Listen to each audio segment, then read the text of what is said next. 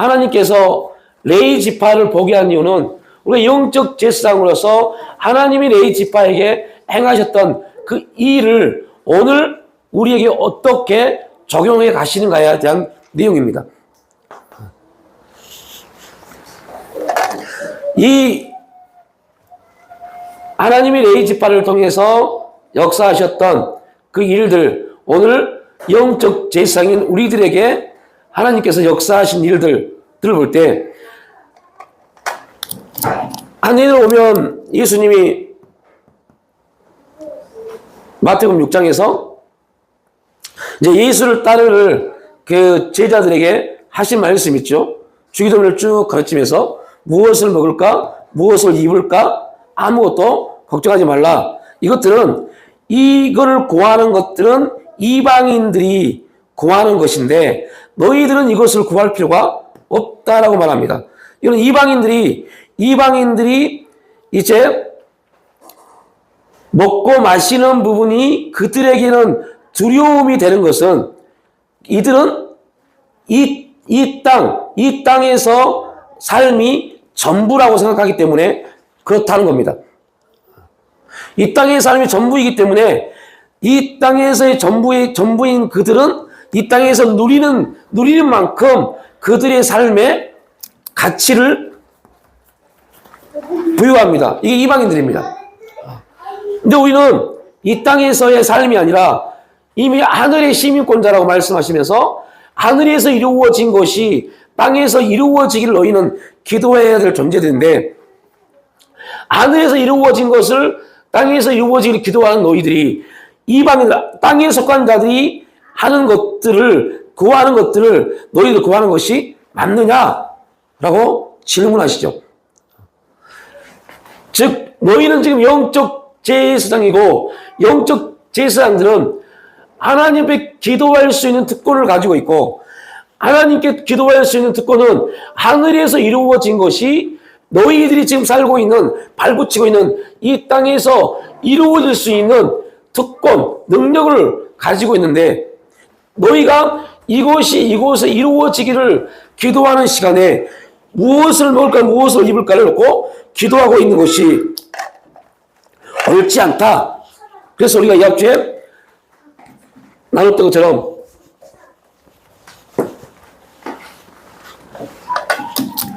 염려, 근심, 걱정, 두려움 이 부분들을 이 세상의 가치에서 모든 사람들은 삶에 대한 염려와 근심과 걱정을 가지고 있습니다. 그런데 우리는 지금 하나님의 나라에 구별된 자, 우리는 이제 구별되었고 그리스도인이라는 하늘의 시민권자라는 그러한 특권을 가지고 있음에도 불구하고 우리가 이 세상 사람들의 기준에 의해서 염려, 근심, 걱정을 하나님의 시민권을 가지고 있는 하나님 나라의 시민권을 가지고 있는 저와 여러분이 동일하게 이 기준을 가지고 염려, 근심, 걱정한다면 예수님 말씀하시는 그 부분과 동일한 원리가 되어버리죠. 그래서 우리 또한 얼마든지 삶 속에서 염려하고 근심하고 걱정할 수 있습니다. 근데 이들과 우리가 다른 점은 이들은 염려, 근심, 걱정, 이방인들은 무엇을 먹을까, 무엇을 입을까, 어떻게 살 것인가 고민하지만 그들에게는 아무런 해답이 없어요. 그들이 갖는 해답은 그들이 최선을 다해 열심히 살아서 자신들의 삶을 자신들이 갖고 가는 것. 이게 이방인들의 삶입니다. 근데 우리는 그러한 원리가 아니라 우리가 동일하게 염려, 근심, 걱정하지만 이 모든 것들을 가지고 우리는 기도할 수 있는 특권을 가졌죠. 그런데 중요한 것은 이 세상의 기준에 의해서 기도하는 것이 아니라 뭐를 바라보면서요? 하늘의 소망을 바라보면서 기도하는 사람이 하나님 나라의 시민권자입니다. 그들을 그리스도인이라고 말하고 있고 이 세상의 기준, 그러니까 자연인이나 이방인이나 그리스도인이나 동일하게 염려, 근심, 걱정할 수 있는데 다른 점은 그리스도인들은 하늘의 소망을 바라보고 이것을 기도하고 이 세상 사람들의 기준은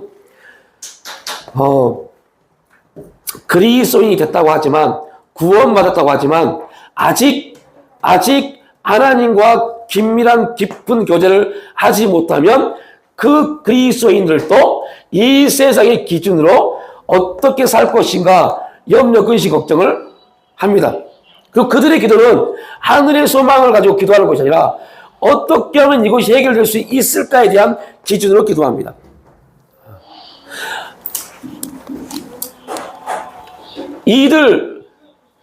이방인들도 이 부분에 대한 해결점을 찾아요. 어떻게 하면 이거 해결될 수 있을까? 우리도 이 부분에 대한 해결점을 찾습니다. 그러나 그 방법은 우리는 하늘의 영광, 하늘을 바라보고 그 해결점을 찾고 이들은 이 세상의 방법을 가지고 해결점을 찾습니다.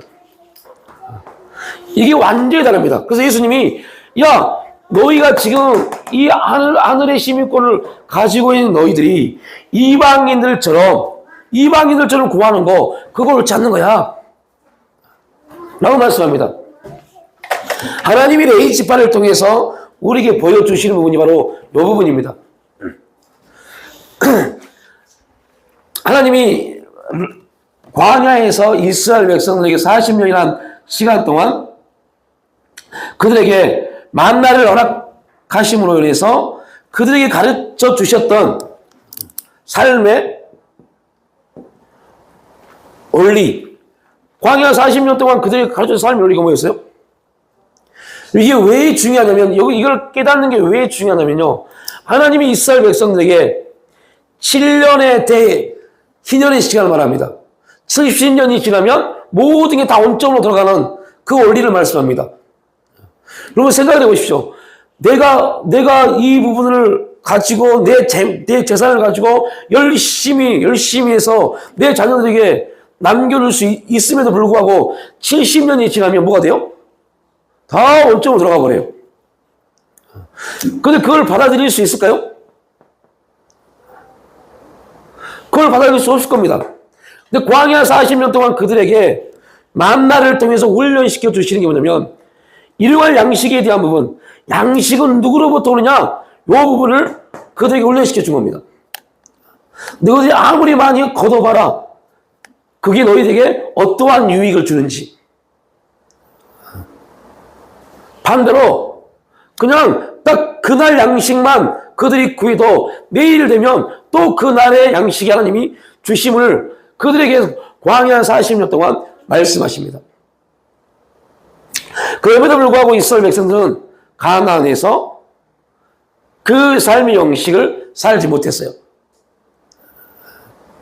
이유는 뭐냐면 가나안 땅에 들어가서 보니 이 삶의 원칙이 그들을 지배하기 시작한 겁니다. 풍성해지는, 많아지는 자기들의 노력에 의해서 많이 거둬들여지는 일들이 생기기 시작합니다. 그러다 보니까 하나님이 말씀하시는 그 삶의 기준, 하늘의 역사를 바라보고 그들의 삶의 가치를 보는 것이 아니라 그들이 얻어지는 결과를 가지고 그들의 가치를 부여하기 시작합니다.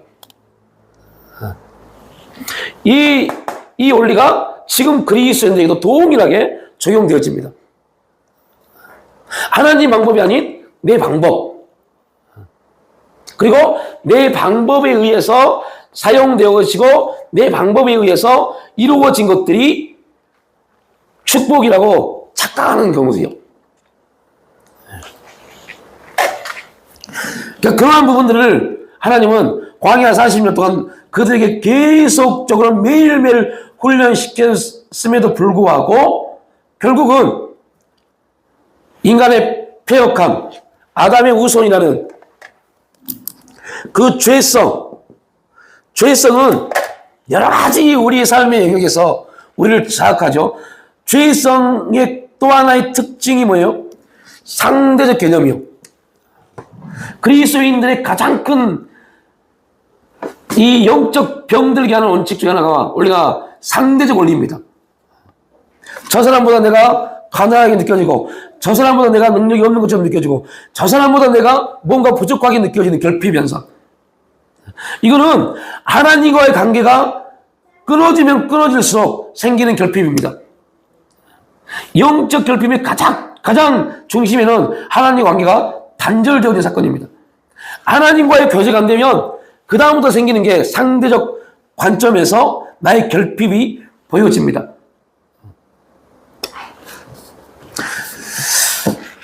그런 부분들을 하나님이 이제 우리에게 이스라엘 백성들의 광야의 삶, 가나안의 삶을 통해서 보여주시면서 하나님 말씀하시는 부분들은 심지어 이 세상의 삶의 이 기준, 세상이 말하는 모든 삶의 기준 또한 하나님의 섭리에서 이루어진다라고 말씀을 하십니다. 그럼에도 불구하고 당연히 세상 사람들은, 하나님을 알지 못한 사람들은 세상이 어떻게 하나님의 뜻대로, 하나님의 섭리대로 움직여가느냐, 세상은 세상 나름대로 삶에 규범이 있고 규칙이 있고 세상의 자연의 이치대로 움직여간다라고 그들은 말합니다.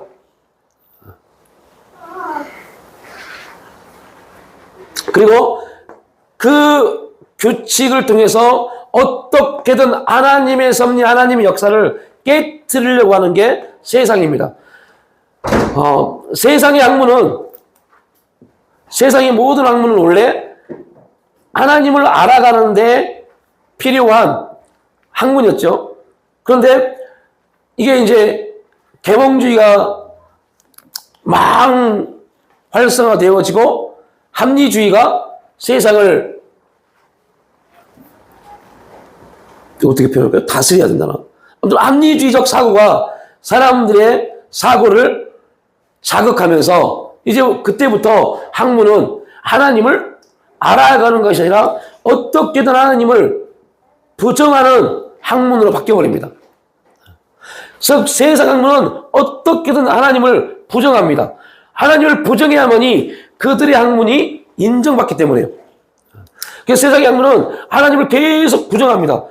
그래서 하나님의 섭리에 대한 모든 것들을 그들은 깨트리려고 학문, 과학, 의학 모든 부분들을 발달시킵니다.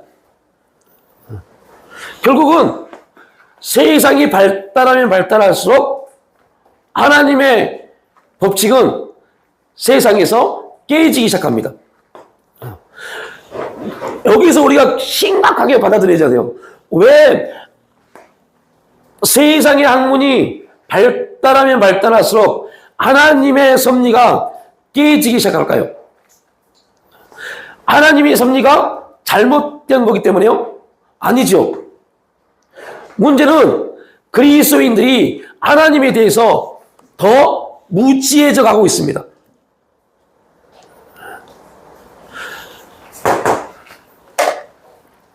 이 원리, 무엇을 먹을까, 무엇을 빌까, 어떻게 살 것인가의 원리가 그리스도인들에게 너무 깊이 파고들어 버렸어요. 그리스도인들까지도 이제 내가 내 먹고 사는 문제 때문에 교회 안 나가는 거, 이거를 변명하는 시대가 되어버렸어요. 그걸 어떻게든 변명을 해야 되는데 하나님의 섭리 안에서는 변명이 안 되니까 세상의 기준을 가지고 오기 시작했어요. 그래서 교회 목사도 자기 자녀들에게 이렇게 말합니다. 야, 고3 시간에는 열심히 공부하는 게 하나님의 뜻을 이루는 거야. 이렇게 자기 자녀를 가르치는 목사도 있어요. 좋은 데 가서 하나님께 영광 돌리고 이렇게 가르치는 목사가 있더라니까요. 그렇게 가르치는 목사의 그 교회 성도들은 자녀들에게 어떤 교육을 시키겠어요? 야, 고3이면 열심히 공부해서 1년 동안 뭐 열심히 공부하는 거, 그거 누가 뭐라 하겠어? 그 좋은 대학 가는 거. 이게 교회 안에 점점 스며들기 시작했어요. 야, 어렵게 힘든데 너 먹고 살기 위해서 열심히 하는 거, 그거 뭐가 잘못된 거야? 뭐가 잘못된 거야? 하면서 가지고 오는 게 변명거리입니다. 다 그러던데 뭐. 모두 준비됐습니다. 그러다 보니 세상에 발전되어져 가는 것들이 이제는 우리가 하나님을 말하면, 복음을 말하면 세상 사람들이 뭐라고 말합니까? 시작해. 경기. 안타까운 시대입니다. 그래서 아예 내가 교회에 다닌다는 소리도 안 해버린다고 그러잖아요. 평생에 그 사람이 교회 집사인지 몰랐대요.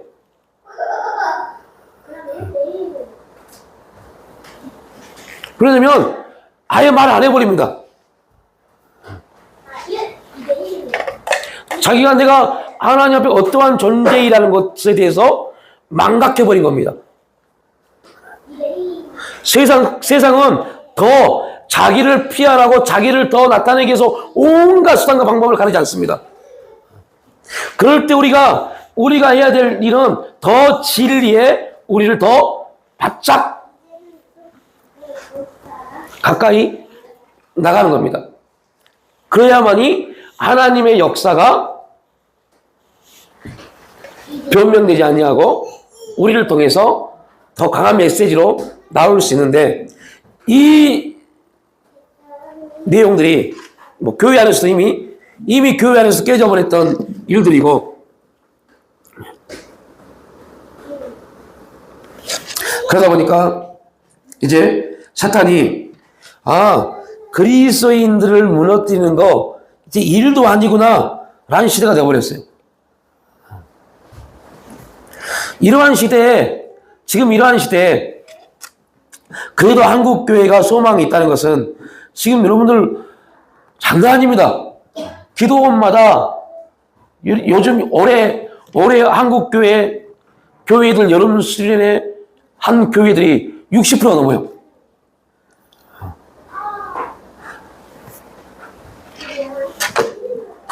놀라운 것은 너무 많은 사람들이 영적 갈급함을 느끼기 시작했습니다. 영적 갈급함을 느끼고, 기도에 대한 갈급함을 느끼고, 말씀에 대한 사모함을 느끼기 시작했습니다. 그래서 너무 많은, 제가 그 성경을 쓰는 사이트가 있어요. 그 사이트에 보면 하루에 70장 이상 쓰신 분이 계세요. 그분이 매일 1등입니다. 하루에 70장을 써요. 근데 그분 연세가 82세예요. 80대예요. 그러니까요. 하루에 그분이 거의 1년 내내 탑입니다. 거의 하루에 70장 이상 쓰신 것 같아요. 그분은 그렇게 쓰면 1년에 한 2독, 3독 합니다. 성경은 3독을 쓰신 겁니다. 뭐 시간적 여유가 있기 때문에 그러시겠죠. 근데 그 연세에 그것도 이렇게 쓰면 컴퓨터 자판을 가지고 그 연세에 얼마나 빨리 쓰면 하루에 70장 쓸까요? 제가 잠깐 쓰지만 하루에 12장 쓰면 막 팔이 부러질 것 같아요, 어깨가. 근데 그걸 70장 이상을 쓰더라고요. 그런데 1등부터 10등까지 성경을 쓰신 분들 중에 80대가 3분입니다. 저 다 70대예요. 제가 뭘 말씀드리냐면 그만큼 지금 말씀에 대해서 사모하는 부분들이 막 불을 뜨이라고 있습니다. 아직 하나님이 이 나라에 뭔가에 대한 소망이 있는 것 같아요. 그래서 계속적으로 진리에 대한 말씀에 대한 사모함을 한국교회에 심어준 것 같아요. 벌써 끝나버려야 될 때입니다. 지금 분위기로 보면 벌써 성경 읽고 뭐 기도회하고 뭐 부흥회하고 수련하고 아예 없어져야 될 그러한 모습입니다.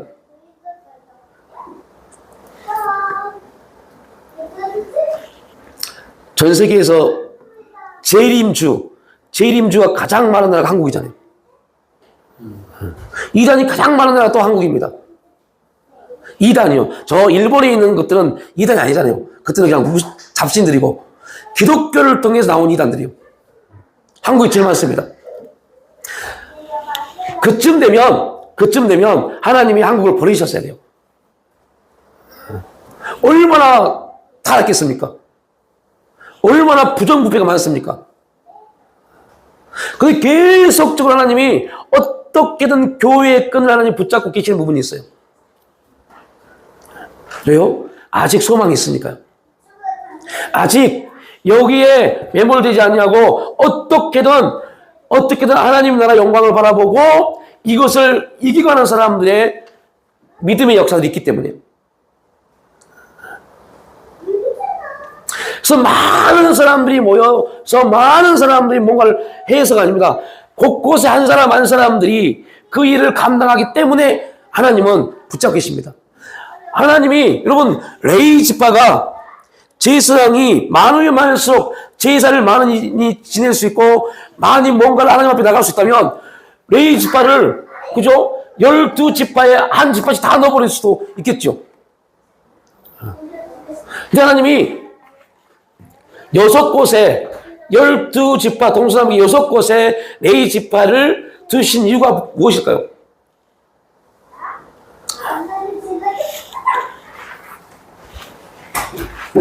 하나님이 지금 우리에게 말씀하시는 부분이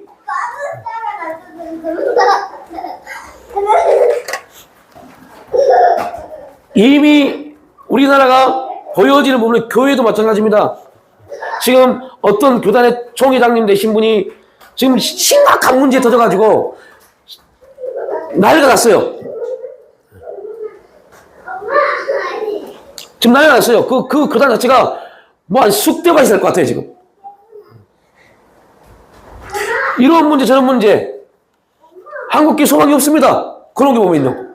그런데 이 눈으로 보면 한국교회는 망했다만 합니다. 그런데 놀라운 것은 하나님은 그렇게 보시지 않습니다. 이제 중요한 건 겁니다. 하나님이 그렇게 보시지 않는다라는 그 이유가 뭔지를 알아야 돼요. 그 이유가 뭘까요?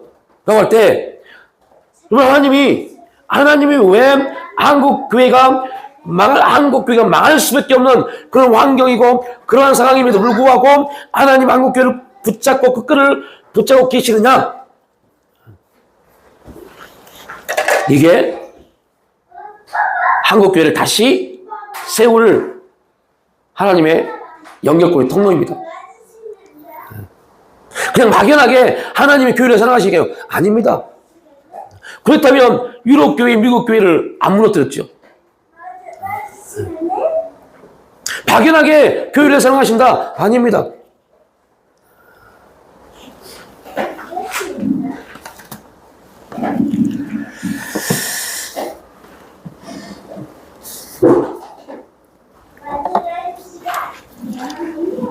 그 IMF 때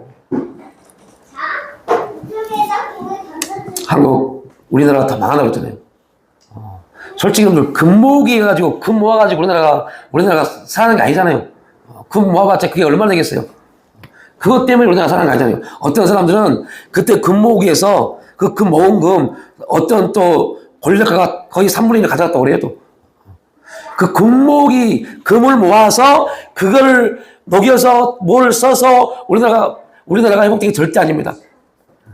그런데 거기서 그 역사학자가 본 게 있어요. 한국 국민에게만 있는 독특성. 결정력이 너무너무 힘들 때 그들은 모이기를 좋아하더라. 했어요.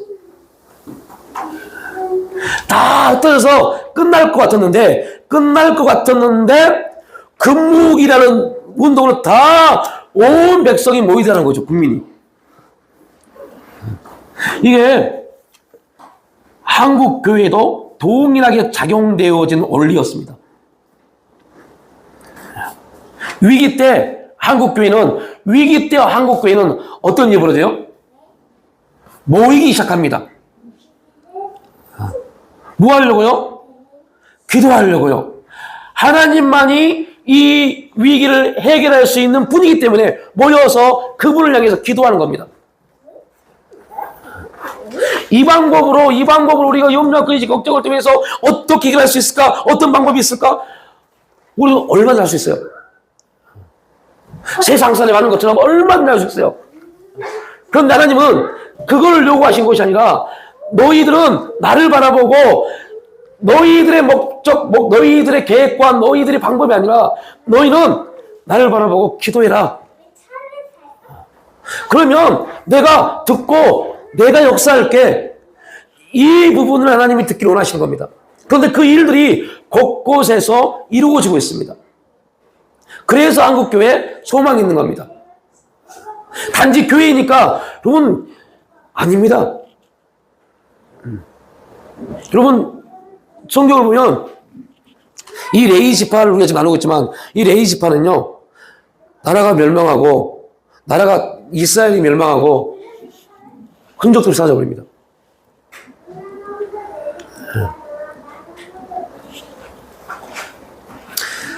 심지어 참 재미난 일은 우리나라도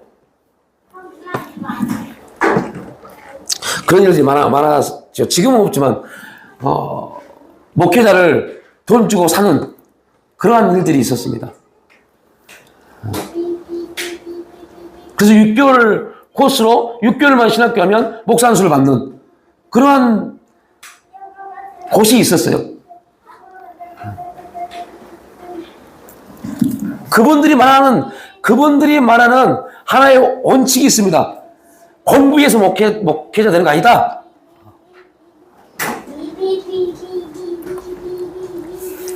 그런데 여러분들 이스라엘이 폐역할 때 나타난 형상이 뭐였죠? 제사장이요. 제사장 직분을 가질 수 없는 사람들이 제사장 직분을 가졌어요. 제사를 지냈잖아요. 북이스라엘이요.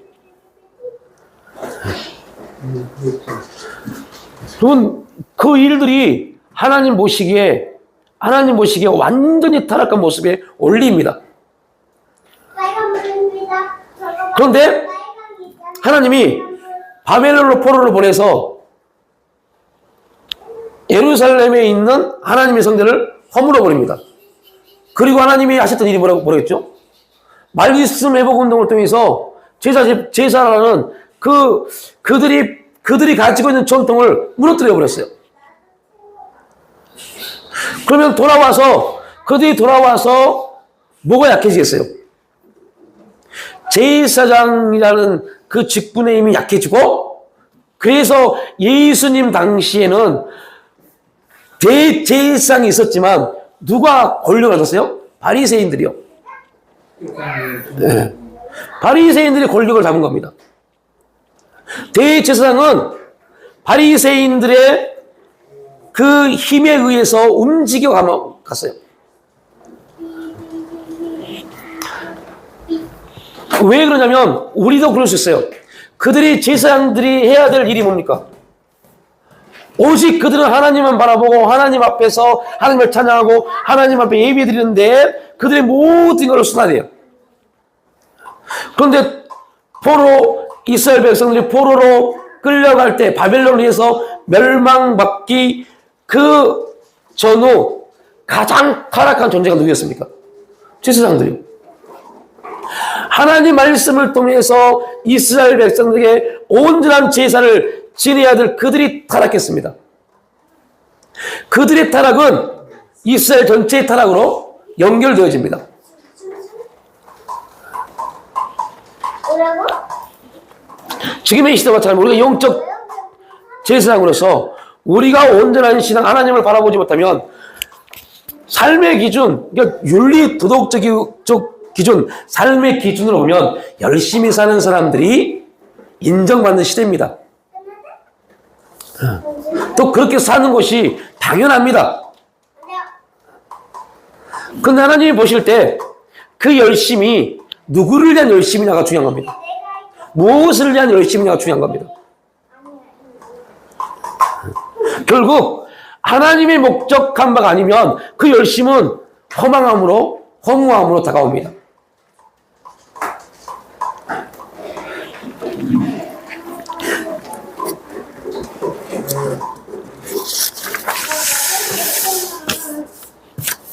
제가 참 무섭고도 놀라운 결과를 하나 본 게 있는데요. 여러분, 정신과 치료를 받는 사람들 중에 40%가 기독교인들입니다. 기독교인들이 정신과 치료를 받고 정신과 약을 먹지 않으면 살 수 없을 정도로 힘든 시대에 지금 있습니다. 너무 충격받았어요. 우울증 환자, 기독교인들 중에 우울증 환자가 얼마나 많으세요? 그들이 왜 우울증을 느낄까요?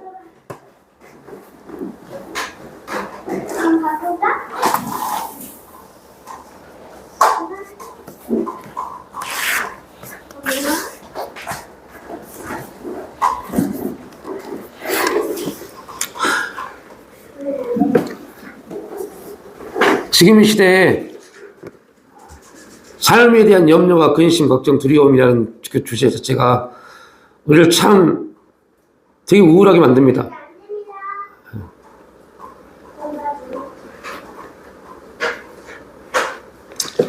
저 시흥에서 목회하신 목사님 이제 은퇴를 하셨는데요. 은퇴하시고 그 사모님이 제일 먼저 간 곳이 어딘지 아세요? 그렇게 은퇴하기 전까지는 사모님이 교회 모든 일을 다 맡아서 하셨어요. 너무 믿음 있고 충만하신 분이었어요.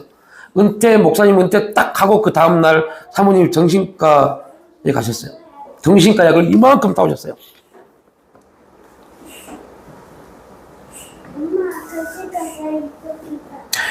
교회에 사모로 있을 때는 자기가 우울하는 것을 밝히지를 못했어요. 창피하기도 하고 교회 성도들에게 악영향을 줄 것 같으니까요. 딱 은퇴하고 나서 그게 이제 한 번에 긴장이 풀리니까 확 밀려오니까 은퇴식 끝나고 그날 저녁에 자살 충동을 느낀 겁니다. 그리고 그거 이기시려고, 그거 해결하시려고 정신과 가서 약을 받아왔어요. 우울증 약을요. 저염병 약까지요. 그런데도 해결이 안 되는 겁니다. 너무 막 가슴이 막 뛰고 막 미칠 것 같으니까 해결이 안 되는 겁니다. 자기가 평생 다녔던 그 교회 근처에 안 지나갑니다. 그 교회 성도들 생각만 하면 머리가 막 쓴답니다. 그래서 도대체 뭐가 그렇게 힘드셨는지 그래서 물어봤어요. 도대체 왜 그러시냐고, 뭐 때문에 그러시냐고. 아무것도 아닙니다. 별것도 아닙니다.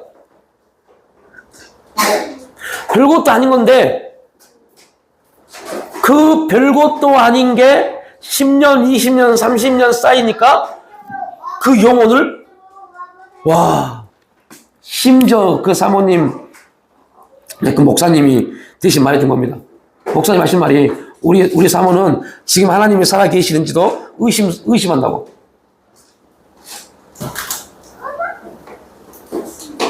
그래서 그런 목사님은요, 목사님 어떠세요? 그 목사님도 한 자리에서 한 교회를 개척하고 30년을 목회하셨습니다. 그래서 물어봤어요. 그럼 목사님 어떠세요?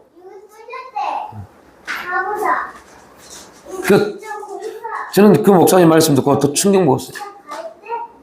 나는 목사라서 지금도 그 목사라는 단어 때문에 참고 있다고 해요. 여러분, 우리가 주일날 나눴던 얘기가 뭡니까? 그리스도인은 단순히 참는 게 아닙니다. 그리스도인은 단순히 참는 게 그리스도인이 아닙니다. 그리스도인은 어떤 사람들이에요? 이걸 바라보고 이기는 사람들이 그리스도인입니다. 그런데 왜 이게 안 바라봐질까요? 지금 저도 이걸 막 설명하죠. 그런데 이 부분을 가지고 이겨야 되는데 왜 그리스도인들이 하늘의 역사를 바라보고 미래에 다가올 영광을 바라보고 현재의 고난을 이기지 못할까요? 믿음이 없어서요? 이걸 몰라서요? 아닙니다. 아닙니다. 관심이 다른 데가 있어요. 관심이 다른 곳에 있습니다. 내가 하나님 앞에서 어떠한 존재로 어떠한 가치를 가지고 살아갈 것인가에 대한 관심보다는 모든 주제의 중심에 믿는다고 하지만 이 중심에 있는 겁니다. 중심에. 하나님이 보시는 나는 별 관심이 없어요. 왜요? 하나님이 안 느껴지니까. 이미 결핍이 있어버리니까. 그러니까 이게 안 느껴지니까 세상에 보는 나를 보기 시작하는 겁니다. 나를 어떻게 평가할까? 요게 문제가 돼버립니다. 교회 목사도 마찬가지입니다. 세상 사람들이 저 교회에 20년 됐습니다. 세상 사람들이 20년 직장생활하면 20년 직장생활하면 거의 부장급 됩니다. 그러한 관점으로 우리를 보면 오늘 불쌍합니까? 수십 년 신앙생활 했는데 다른 사람들이 나를 볼 때 어떻게 볼까? 이 관점을 계속 우리를 보기 시작합니다. 왜요? 영적 결핍이 있으니까요. 영적 결핍이 있는 이유가 뭐에 대한 훈련을 잊어버렸어요? 광야요. 만날 훈련이요. 그래서 그리스도인들은 과거를 뭐하라? 생각하라. 과거를 생각하면서 감사의 기준을 갖는 겁니다. 그리고 미래에 다가올 역사를 바라보고 현재를 이기는 겁니다. 그런데 그걸 잊어버렸어요. 그걸 잊어버리고 영적 결핍이 일어난다. 그 말은 무슨 말이냐? 하나님의 역사를 잊어버린 겁니다. 그러니 세상이 보는 나의 관점, 또 심지어는 세상이 보는 나의 관점이라 자기가 자기를 보는 관점에 또 빠집니다. 이게 더 무섭습니다. 이래서 우울증 온 겁니다. 제가 그 목사님에게 그렇게 말씀했어요. 제가 그 목사님에게 정말 안타깝죠. 엄청 선배인데 선배인 목사님에게 말씀을 했어요. 이유는 벌써 20년 전에 영성훈련 시간에서 제가 그분의 멘토였기 때문에. 그리고 어떻게 보니까 같은 교단에 있더라고요. 그래서 이렇게 말씀했어요. 목사님, 신앙, 믿음의 연륜을 떠나서 영성적 개념에서만 말씀드리면, 목사님, 하나님과의 영적 결핍이 있었죠? 있었을 겁니다.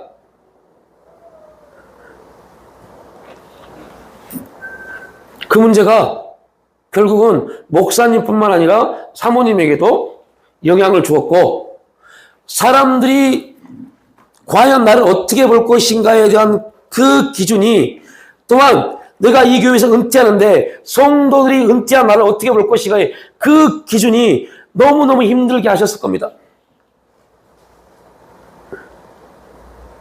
하나님이 목사님을 어떻게 보셨는지에 대한 그 부분이 회복되지 않으면 이거 해결 안 됩니다.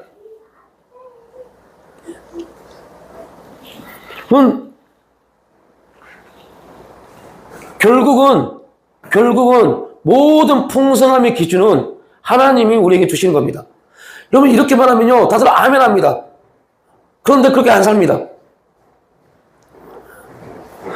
결국은 하나님이 주십니다. 그 부분이 진짜 믿어진다면 우리가 바라보는 기준을 빨리 바꿔야 돼요. 하나님이 지금 나를 어떻게 보실 것인가, 하나님 우리 가정을 어떻게 보실 것인가에 대한 기준을 빨리 바뀌어야 돼요.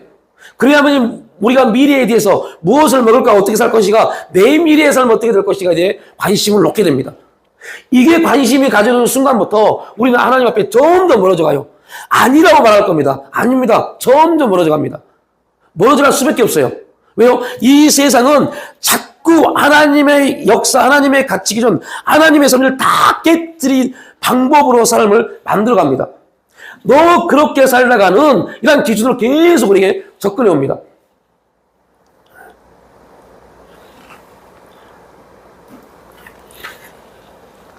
이제 저희 민경이 아이러브 스쿨인데 뭐죠? 뭐 학교에 대한 그걸 막 이제 와요. 거기 보면 학부모님들에 대한 그 글들이 올라옵니다. 거기 올라온 글입니다. 초등학교 2학년이래요. 딸이 초등학교 2학년인데 그 집은 맞벌이가 아니라 외벌이 합니다. 부인은 일하고 남편 일하는데 남편이 한 달에 한 600을 받는데요. 600 정도 받는답니다. 그런데 뭐라고 말하냐면요. 그 초등학교 2학년짜리 딸에게 한 달 학원비가 한 140 들어갑니다. 140 들어갑니다. 그리고 통신비 뭐 해서 한 100만 원 들어갑니다. 생활비로 한 달에 한 200 들어간대요. 그럼 벌써 여기서 들어간 돈 얼마예요? 한 450 들어갑니다. 그리고 교통비, 차비, 기름값, 그 차 운행하는 거, 이거 전부 해서 한 달에 100만 원 정도 들어간대요. 그럼 한 550이 그렇게 나갑니다. 600을 받는데 자녀 한 명인데 100만 원을 저축하지 못한답니다. 이래갖고 어떻게 살까요? 라는 글입니다. 이래갖고 어떻게 살까요?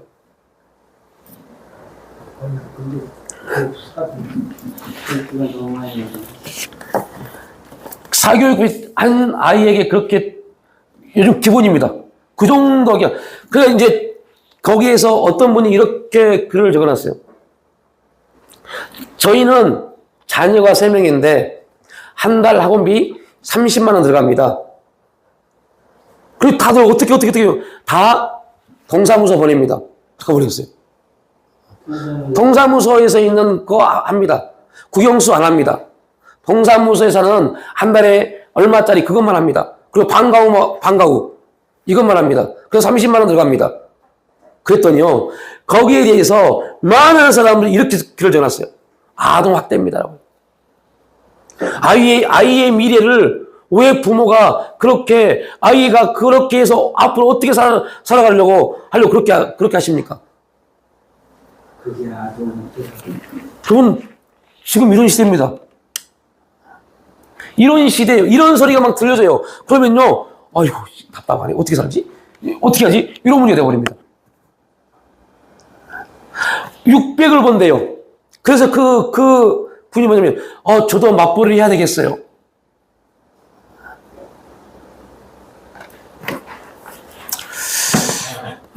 여러분, 이러한 기준이 세상에 흐르고 있는 기류입니다. 이 원칙으로 여기에 가서 복음을 메시지를 증가하면서 하나님이 모든 걸 책임주신다 할 때 이들이 뭐라고 할까요? 미쳤네. 말도 안 되는 소리 하고 있네 라고 말합니다. 지금 그래서 하나님의 법칙이, 하나님의 섭리가 다 깨지고 있습니다. 이유는 뭐냐? 이유는 그런데 뭐냐? 그 그리스도인들, 그렇게 하지 말아야 될 그리스도인들까지도 거기에 동조하기 시작합니다. 이제 거기에 동조하기 시작합니다. 그리고 결국은 하나님이 채우시는 삶의 목적이 아니라, 하나님이 채우시는 삶의 기준이 아니라, 그들이 이렇게 노력해서 이렇게 열심히 사니 이러한 결과가 있었구나 가져버립니다. 이게 한 번, 두 번 쌓이다 보면 결국 교회는 뭐가 돼요? 취미요. 취미가 됩니다. 교회에 나오는 게 취미니까 내 일이 바쁘면 취미는 뭐 할 수 있어요? 배울 수 있어요. 당연한 겁니다. 이러한 일들이 지금 교회에 흐르고 있어요. 그러니 그 흐름이 이 세상의 법칙을 깰 수 있을까요? 못 깹니다. 이래서 서구 유럽 교회가 다 망했어요. 미국 교회가 다 망했어요. 한국 교회, 그나마 한국 교회는 지금 요 부분을 이겨가려고 발버둥을 치고 있습니다. 그런데 세상에 이 기류가 너무 빠르게 들어들고 있어요. 무서울 정도로요. 제가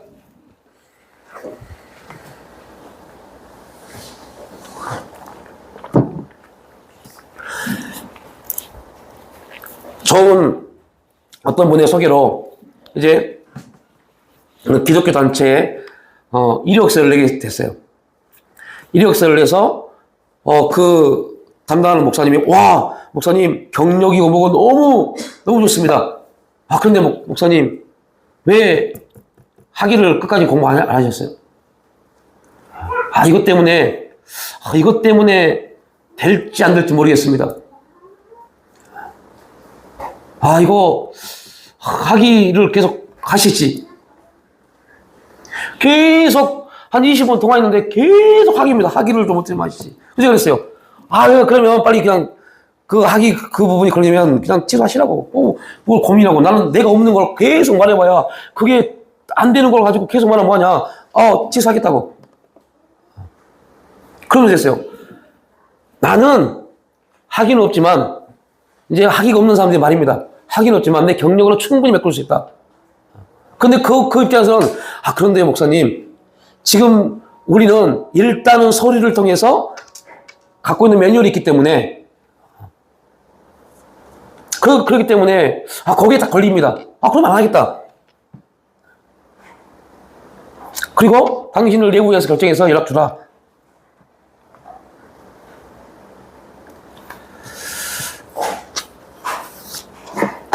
우리가 교회에서 말합니다.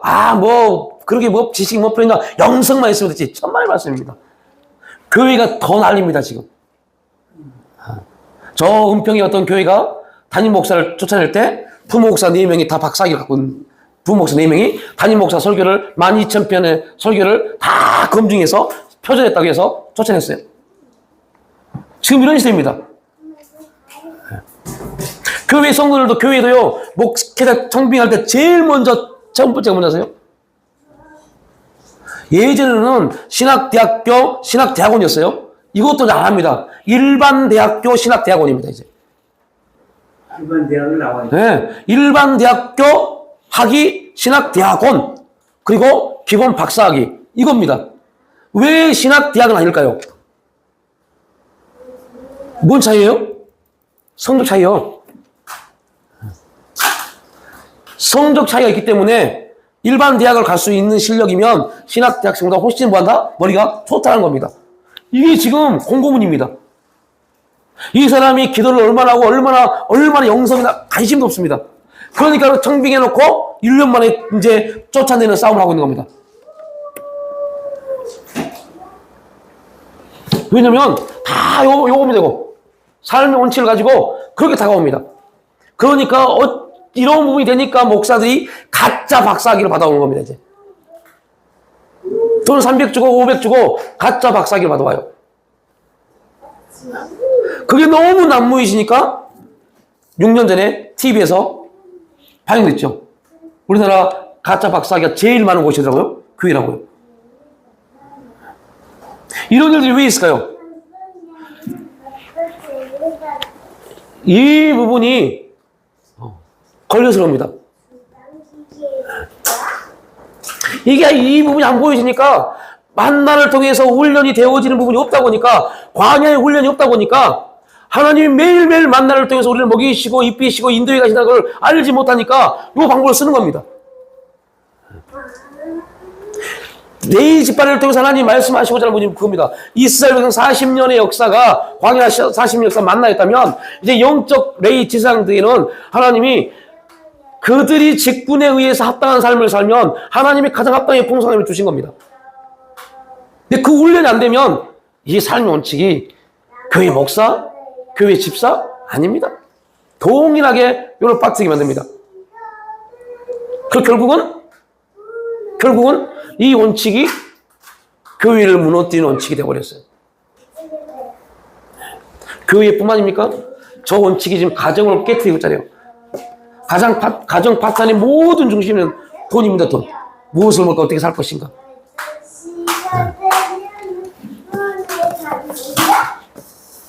일용할 양식을 주신 하나님을 신뢰하지 못하면 언제든지 이러한 일들이 일어납니다. 하나님 그 역사를 바라보지 못하면 이 부분은 항상 우리들에게 고민거리가 되어지고 결국은 저것 때문에 염려의 근심의 일들이 우리를 점점 하나님과 거리를 두게 만들 것이고 어느 순간 되니 하나님은 없어지고 내 열심과 내 노력과 나만 남는 그러한 부분으로 우리의 삶이 그렇게 빠져버릴 수 있습니다. 예. 2주에 걸쳐서 이 부분을 좀 나누는데요.